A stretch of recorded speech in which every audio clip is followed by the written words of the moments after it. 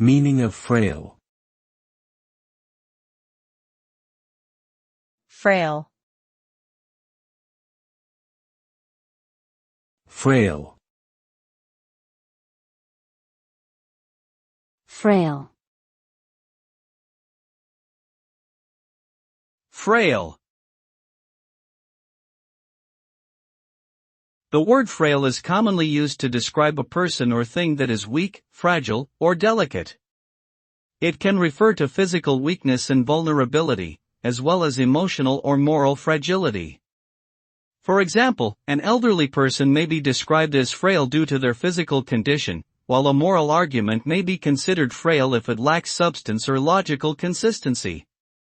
In essence, the term generally denotes a state of vulnerability or delicacy that can be easily broken or damaged, whether it be in a physical, emotional, or philosophical sense.